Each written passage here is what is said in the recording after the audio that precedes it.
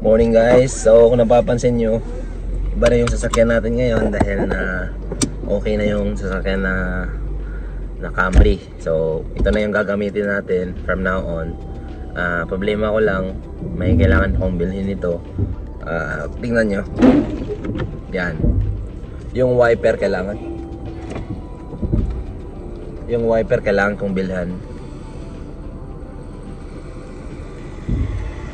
Tapos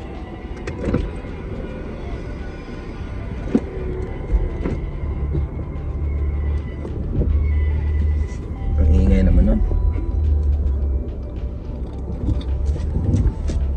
Yung wiper kailangan ko ng bilhan dahil maingay na. Ito naman at medyo ano to, medyo ano na rin yung gulong niya, so papalitan ko pa to. Pero okay pa naman siya. So far wala pa naman siyang butas-butas. Pero yun nga, as I said, dahan-dahanin natin to dahil mahirap din kapag binigla natin, maubos yung ipon natin, di ba? So dahan-dahan lang, at least yung mga ano lang, doon tayo magsisimula sa pinaka top na need na talaga palitan or i-replace yun. Ayan. Okay na guys, okay na siya guys. Dahan-dahanin ko na lang to guys. Pinaka target ko talaga is mapalitan yung real or yung original na tawag dito, yung original na control arm. So ayan. Sige guys, kailangan ko ng work, tapos update ko kayo mamaya guys kung ano mangyayari. So guys, yan, sapatos ko.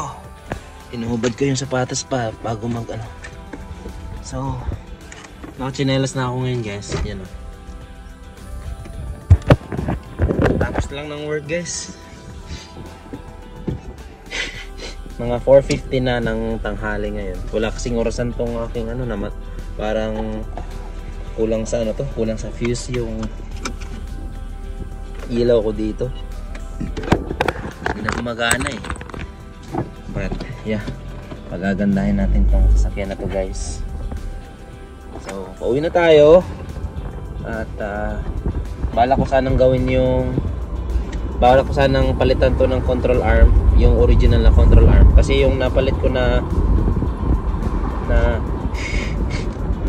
original na ano nito, original na ball joint is ano tawag dito, yun pa yung original na ball joint nung nakaraan. So yung mismong control arm hindi ko siya napalitan, yun yung ball joint lang na original, yun lang yung napalitan ko. So hopefully this week papalitan ko, pero okay na siya guys, okay na siya. Merong konting ano na lang siya, konting play. So unlike before talaga na grabe ang galaw ng ano, pero mapapansin ko pa talaga na mayroon pang konti, kasi alam mo yun kapag nasanay ka na mag-drive sa sasakyan mo eh, alam mo yung problema lalo sa steering, kasi yan yung lagi mong hinahawakan diba kapag nag-drive ka. At ang gusto ko lang talaga sa sasakyan na to guys, kahit luma na, ang lamig pa rin ng aircon, gumagana pa rin. So sayang kapag hinayaan lang natin.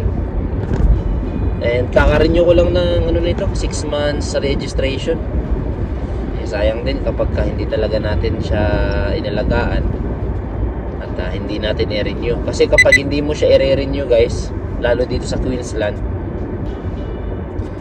after ng 3 months na naka-unregistered siya, kailangan mo nang ipa-check sa mekaniko para bigyan ka nila ng roadworthy certificate.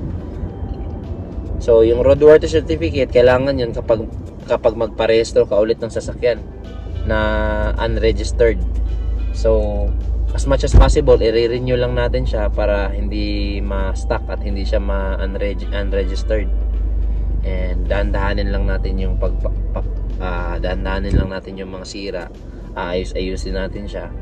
At hindi naman natin siya pwedeng biglayin dahil wala rin tayong panggastos at masasakripisyo yung ating ipon, di ba? So pauwi na tayo guys.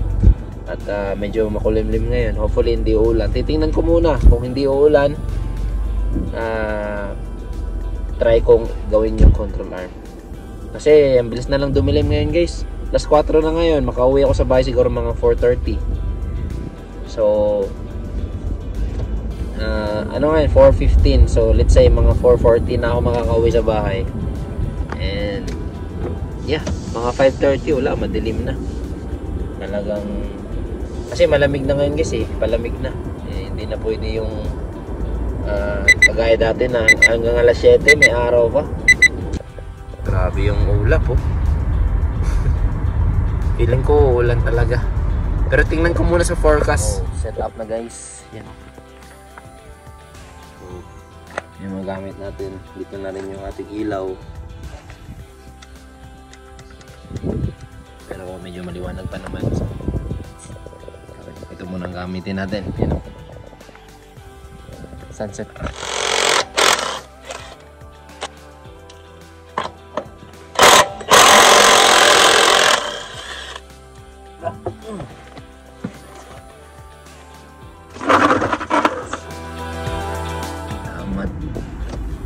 Morning guys, makapagpahinga na tayo at makahinga na tayo ng ano guys, dahil maganda na yung ating steering wheel. Kahit naayos ko na kagabi, napalitan ko na yung control arm. So happy kasi talagang talagang tawag dito, malamig.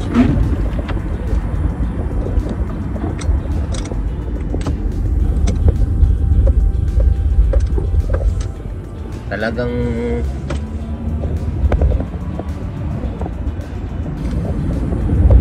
hindi ko tinigilan kagabi.